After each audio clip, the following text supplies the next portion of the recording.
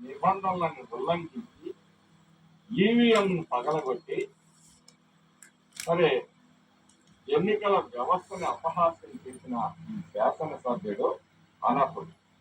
ఇతన్ని డిస్క్వాలిఫై చేయాలి. ఫస్ట్ ఇతని మీద క్రిమినల్ చర్యలు చేపట్టాలి. ముందుగానే అతను ఇచ్చిన సమాచారం ఏంటంటే నేను విధ్వంసం సృష్టిస్తానని చెప్పేసి ఈ రాష్ట్రంలో ఉన్న పోలీసు వ్యవస్థకి ఎన్నికల వ్యవస్థకి కూడా సవాల్ ఇచ్చారు. వీటికి జవాబు చెప్పాల్సింది, తగిన చర్యలు తీసుకోవాల్సిన బాధ్యత ఎన్నికల సంఘం మీద అలాగే పోలీస్ వ్యవస్థ మీద కూడా ఉందని చెప్పి సందర్భంగా తెలియజేస్తారు.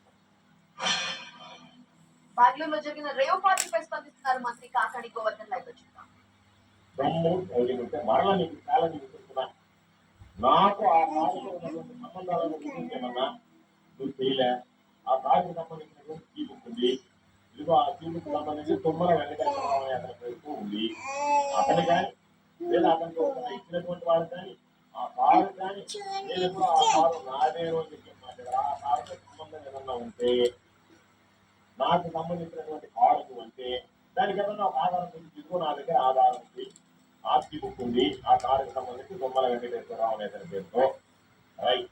ఆ కారుకి నా స్టిక్కర్ ఉంది.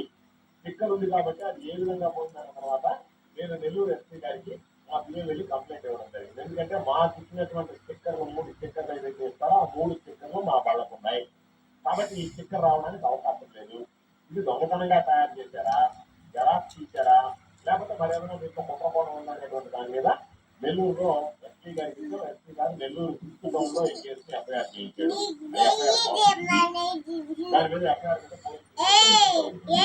అంటే కార్డుతో నాకు సంబంధం ఉందా, ఆ కార్డుకు సంబంధించినటువంటి ఓనర్ వివరాలు ఏదైనా ఉన్నాయి.